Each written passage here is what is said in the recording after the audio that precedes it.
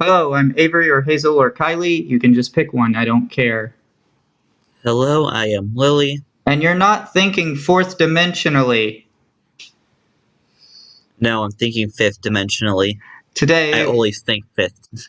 today we are finally covering Back to the Future Part 3. For those of you unaware, we started this trilogy a long ass time ago. It was well, the first Back to the Future was episode 6 and part 2 was episode 10. Yeah, so we planned, and we fully had plans to finish this. Like, we fully had plans to finish it a lot sooner, but then part 3 ended up not being available for free on Peacock when we went to go and watch it, so we had to replace it with Good Burger. Good Burger Fanatics, yeah, that was a replacement.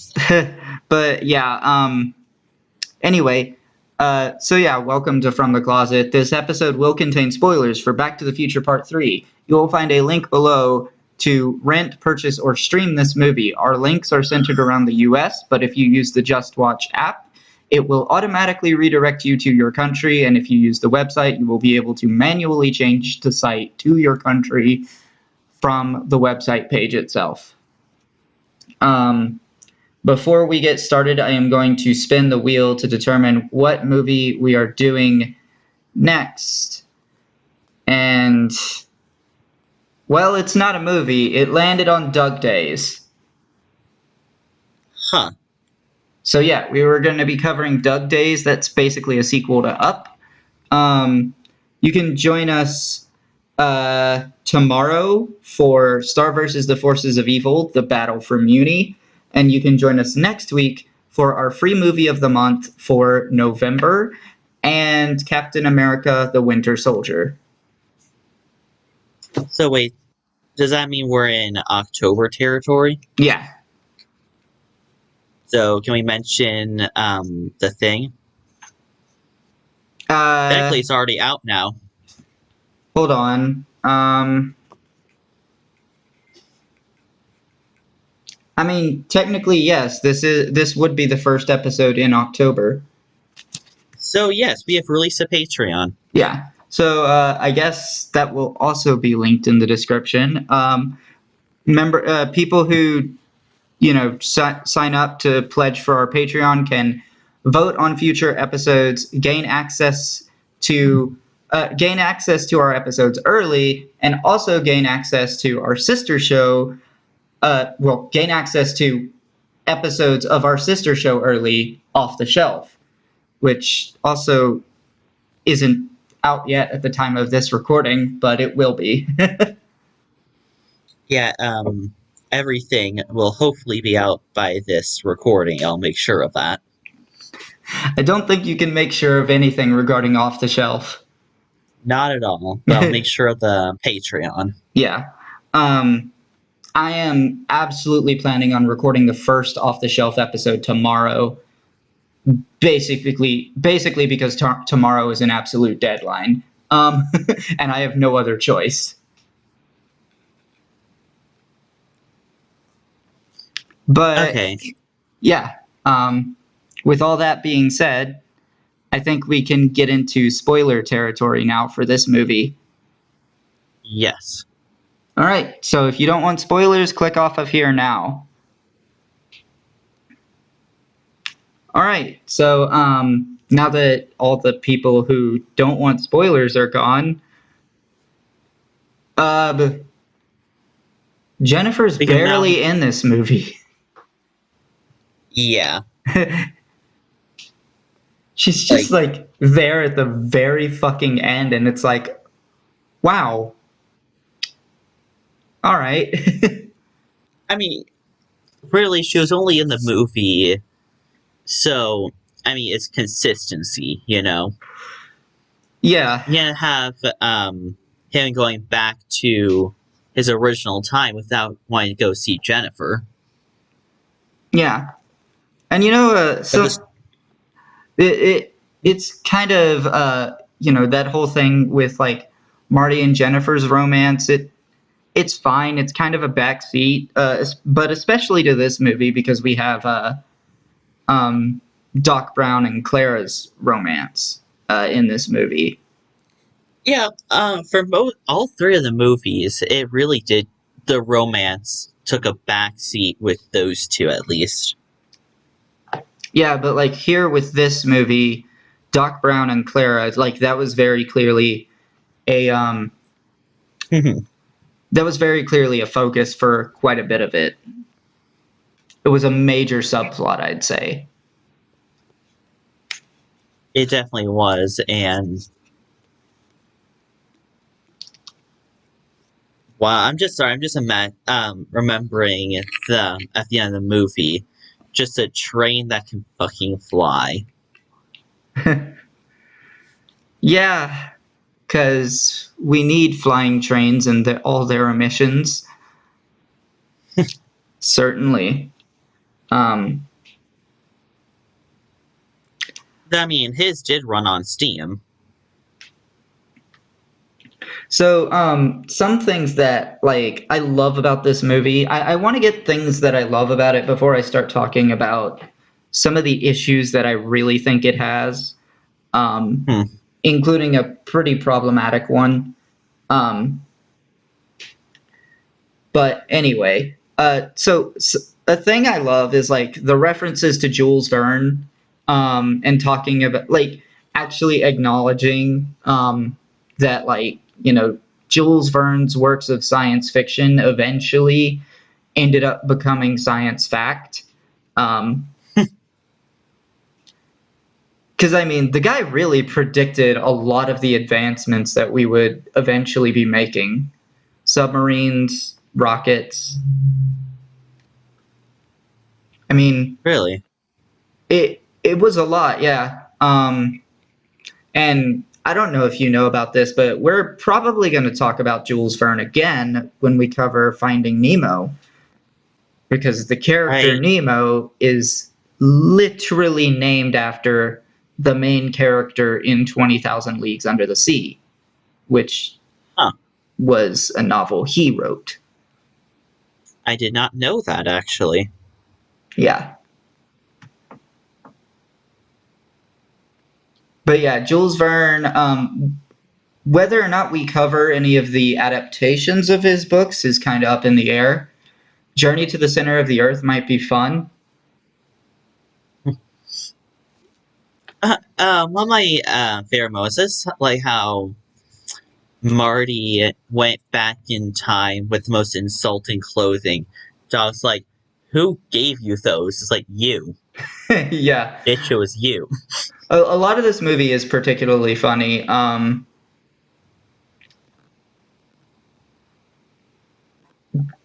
Okay, I guess I do want to talk about the problematic elements now because, I mean, it's mainly just one that I have a major issue with. What's that? It's calling Native Americans Indians. They're not Indians, and it's not okay to call them that. And it hasn't been okay for quite a while now. And it never should have been okay because it was like entirely based off of a mistake that Christopher Columbus, who himself was already racist, made when he landed in like some islands south of the US. I mean, now I think about it, how many times did they make that mistake? I know they made it in the beginning, which they were trying to imitate 1960s. 1880s was when Damn they, it. yeah. But Wait, but then there was also like the 1950s when like Doc Brown said it too. Either way, yikes. At least twice. Um, it happened at least twice in the movie. there's something about that I can excuse about it because, I mean, that's literally what everyone thought. And something about this is that, you go into any public education, that's what you're taught. you're supposed to be learned about how Christopher Columbus sailed to the Indians or whatever. Yeah, and You could not avoid that information. I think it's important to be taught that like Christopher Columbus believed himself to be in the Indies, but like and mistakenly called the Native Americans and well the native inhabitants of the islands that he landed on because well I guess you could call them Americans because North and South America it's collectively called the Americans, the Yeah, Americas. But yeah, like he mistakenly called them Indians, but we shouldn't be consistently calling them that in our history books. That's another problematic element that, like, yeah. I've We spoken to shouldn't be. Native American people who genuinely find it offensive. Yeah, we shouldn't be doing that. But I can excuse it for the time because you couldn't go into the public education system without hearing it, without the assumption. Now we have changed, but I mean that has been rotting our schools for years. Yeah, and to be clear, I still don't think we've changed enough. And also, to be clear, we're both white women, so like, I'm just repeating what Native American people around me have told me. I just remember, at least by my education, we finally got around to exposing Christopher Columbus for what he was, a terrible person.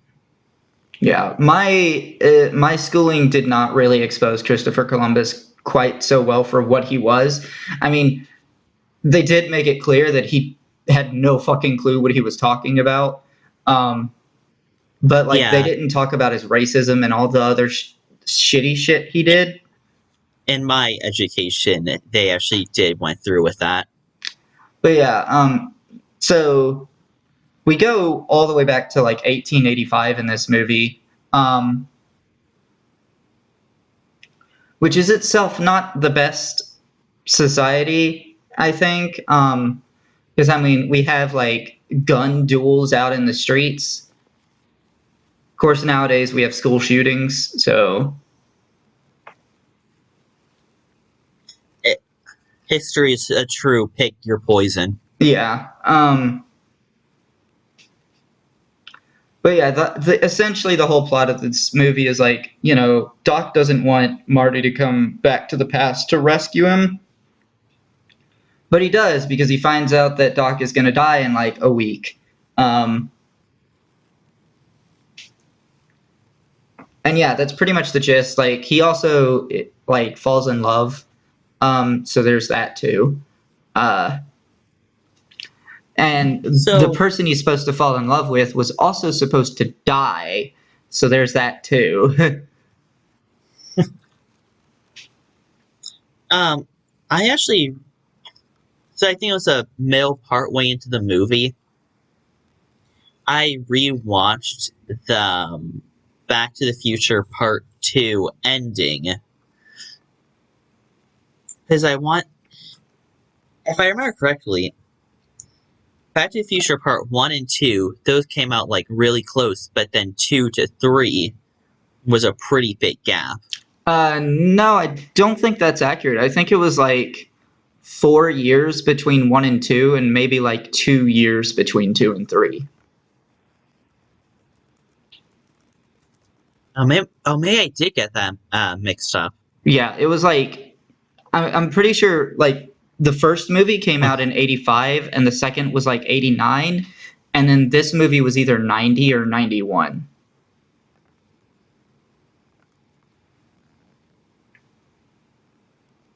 So I'm just 85. Oh my god, my space bar is broken. Yeah, 89. my space bar screws up for me sometimes too. Yeah. Okay, so I actually got that mixed up. So yeah, they must have been in recording some of the scenes for Back to the Future Part 3 before they even released Part 2. Yeah, because like I imagine this movie and part two were pretty much filmed at the same time. Hell, Because I even want to say this movie could have been completely finished by the time they released two, and they just waited to release this one. hmm, That would not shock me. um, because at the very least they used footage of 3 in 2, and I was interested to see Marty's clothes, as if in the early versions were they meaning to keep that old style clothes on him. Because I remember seeing the clothes that he went to the past with was in those in that little trailer thing. Mm. But sure enough, in like really one or two shots, he's shown with actual normal clothes.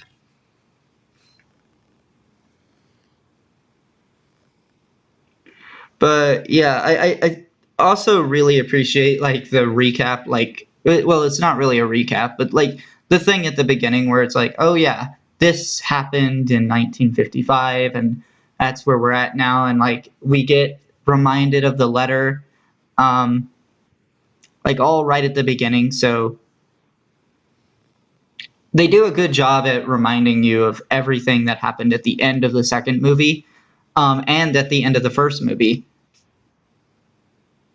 right at the start Yeah, of this movie. So like that's really good job too there.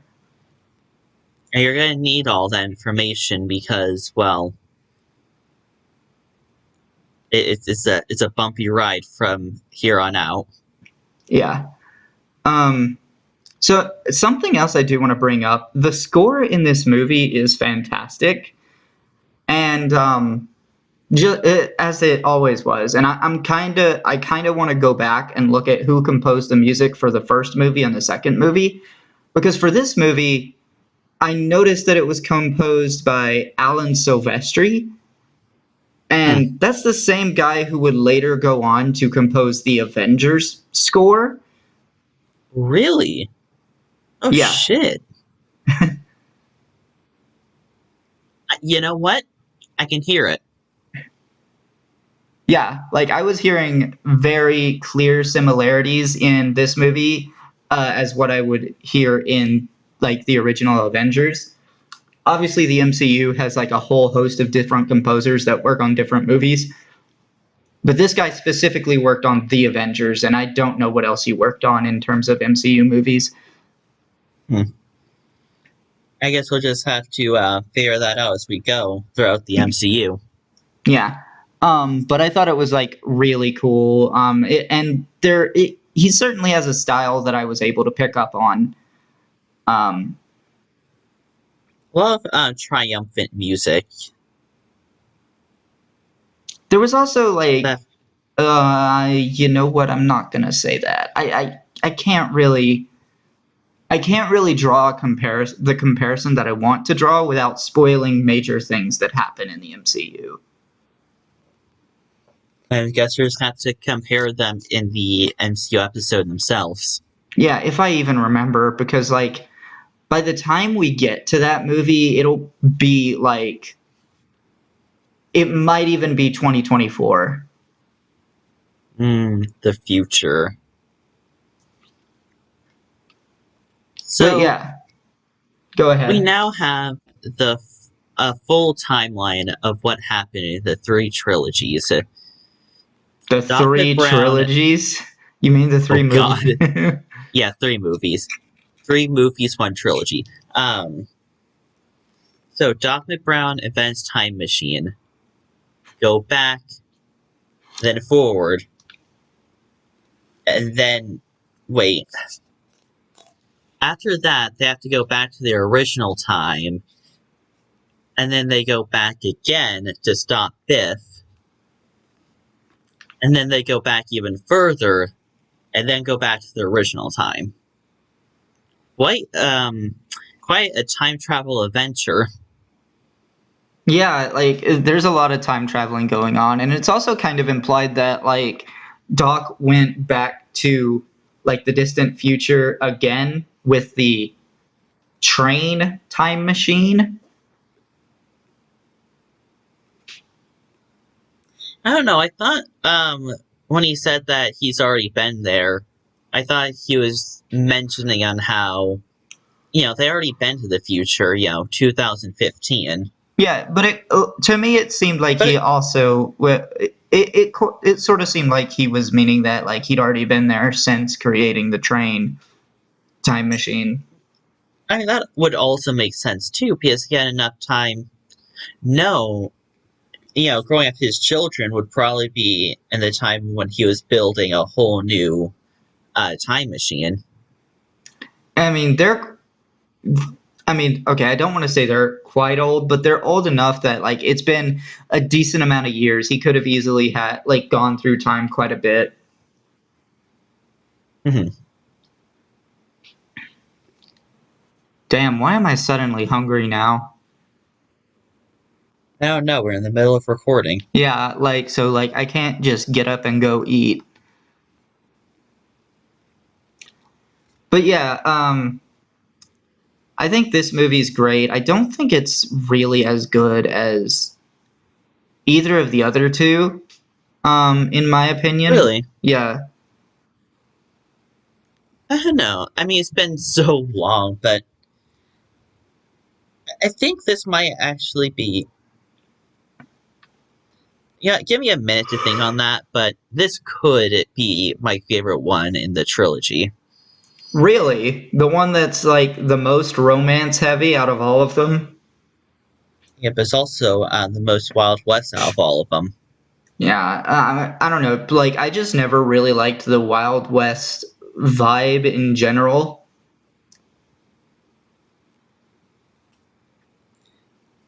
But I also like how, I mean, they set up everything in the first two movies to really. This movie is really meant for like all that sweet, sweet payoff. You have Marty McFly, who up to this point has gone in so much trouble to his nobody calls me a chicken, and now he just doesn't. Um, like he just stops and it's like, yeah, whatever. Yeah, and like I like how there's that whole setup and payoff there with like the accident that he was supposed to get into and then he doesn't get into an accident. Um because like Doc Brown kind of talked to him.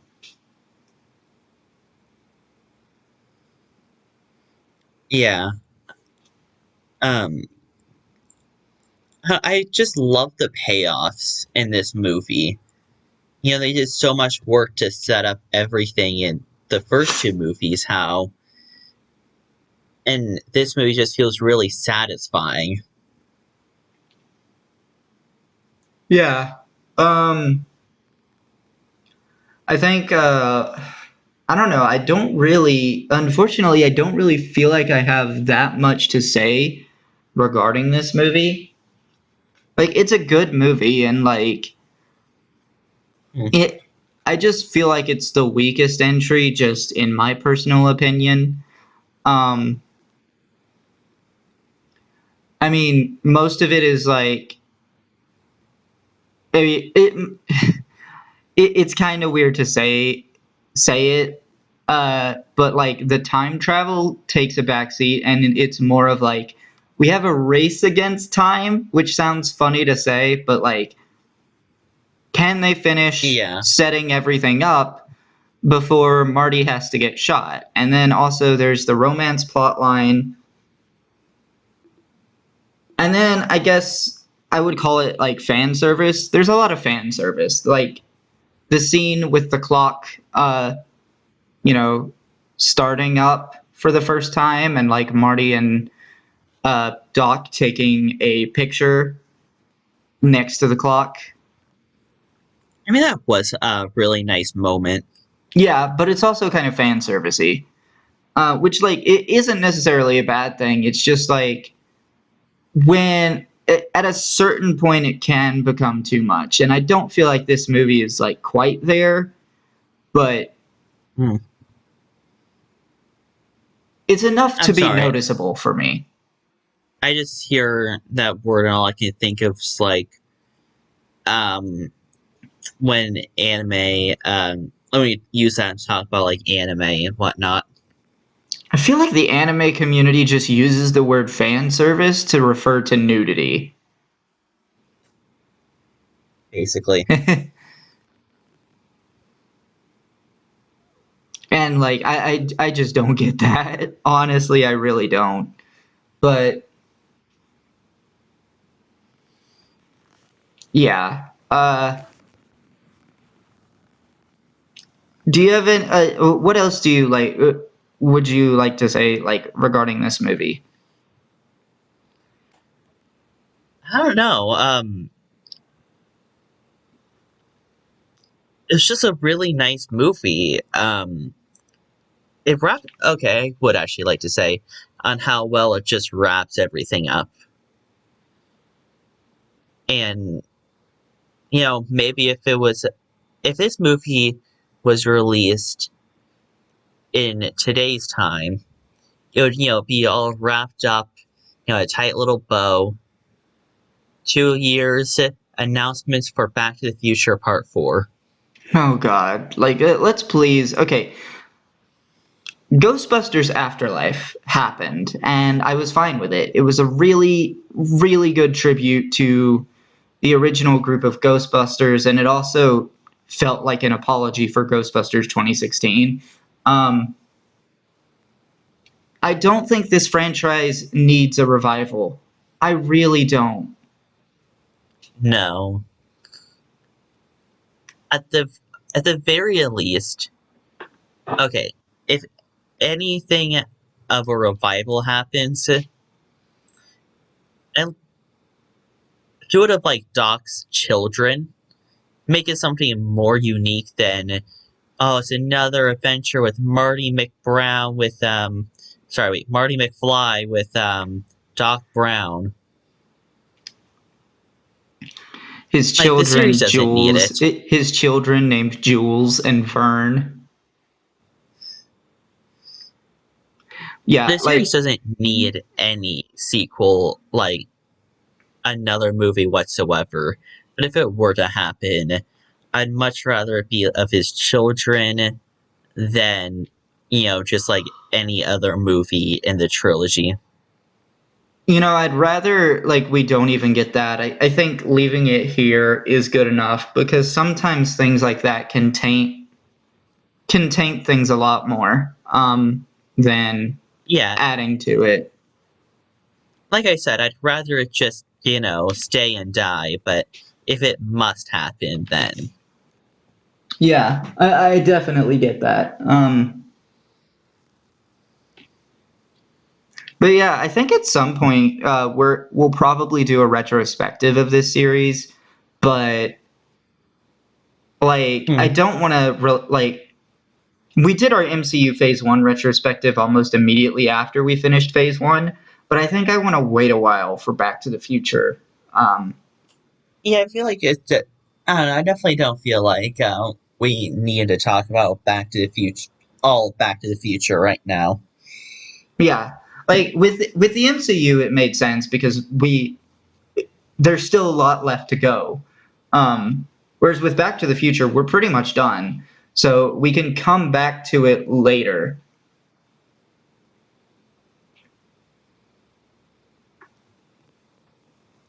I mean, when it comes to the whole trilogy, what do you think about it? I think You it's know, I think it's pretty much timeless except for like some of the problematic elements, namely like Marty's mom kissing him in the first movie and then calling Native Americans Indians. I think those are really the only major issues I have with this movie and well not this trilogy. Um, and apart from that, I think they're pretty great. and I believe in the first movie you're talking about some wonky CGI. Yeah, but like even then, it's not that bad. Yeah, I'm actually a bit surprised on like thinking about how long ago this movie was, on how pretty good the CGI is. Yeah, and like some things I learned recently was like Hmm. that I didn't talk about back in the Back to the Future episode because I just didn't know about them.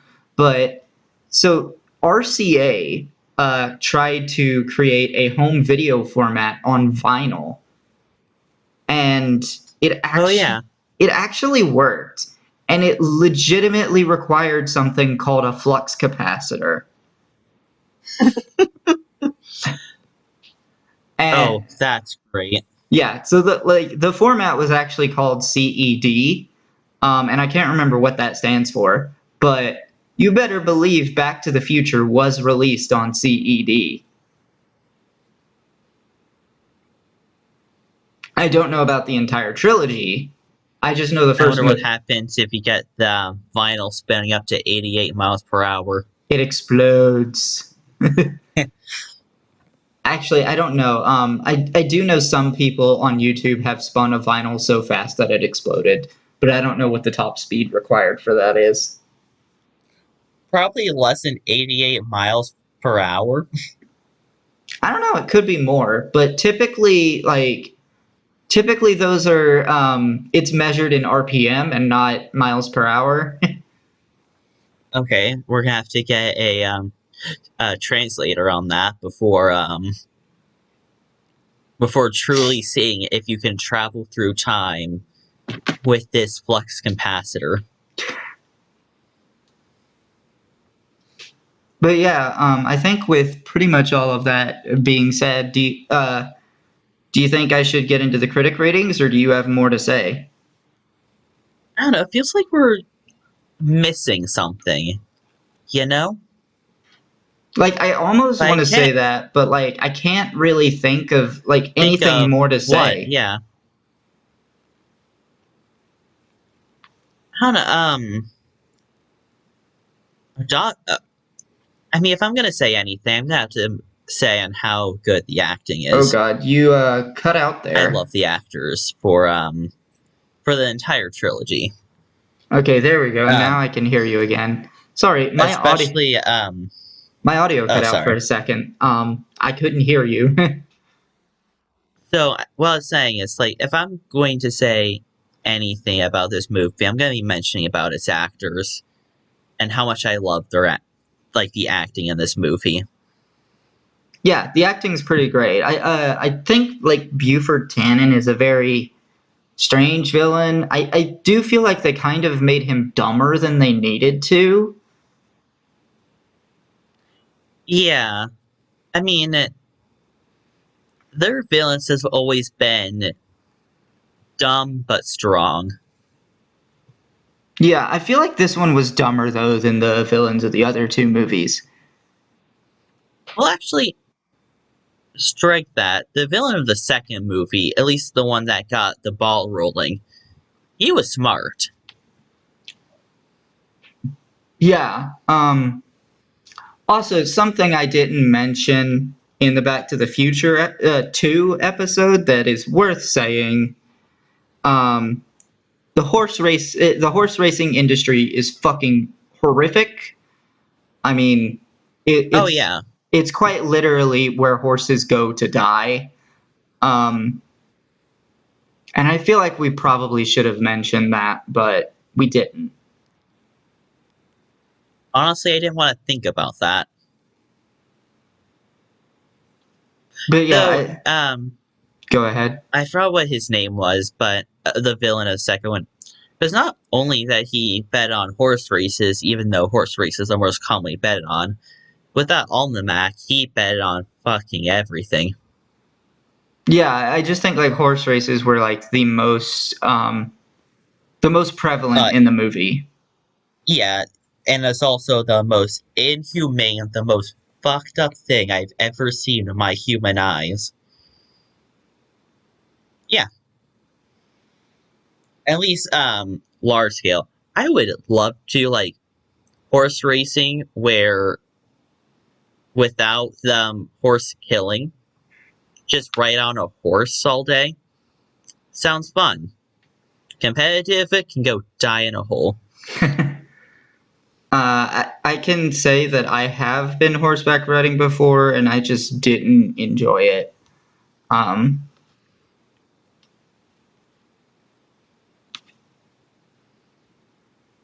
but Yeah, it yeah, just go always seemed ahead. like something I could enjoy.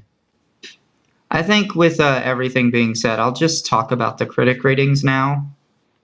Got it. So IMDb gives this movie a 7.4 out of 10. Rotten Tomatoes gives it 80%. It has a 55% on Metacritic.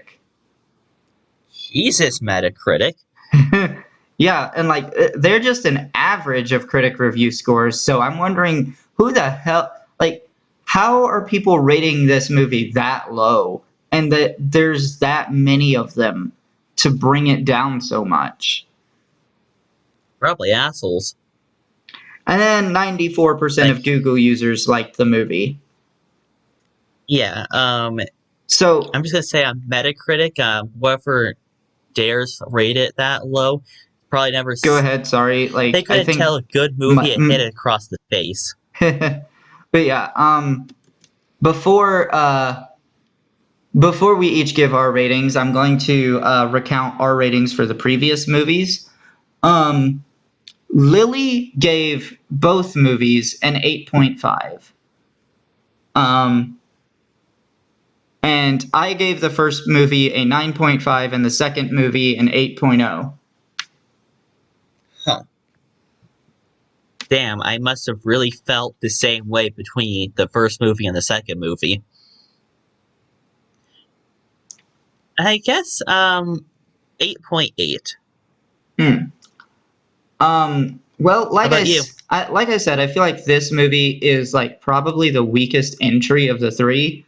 But it's really not that much. It's really not that bad. So I'm giving this movie a 7.9. Yeah, I mean, saying that it's the weakest movie of the three doesn't really mean much because, well, they're still all great movies. Yeah, it's like well, you know what? I can't think of what it's like. I was trying to think of a good analogy, and I just fucking can't. No, me. Well, How to Train Your Dragon? No, because like the first movie is like leagues above the other two. Hmm.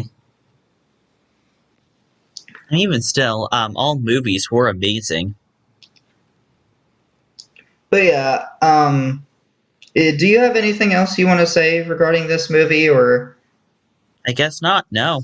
All right. Well, until next time, like I've been Avery, that's been Lily, and we'll be seeing you.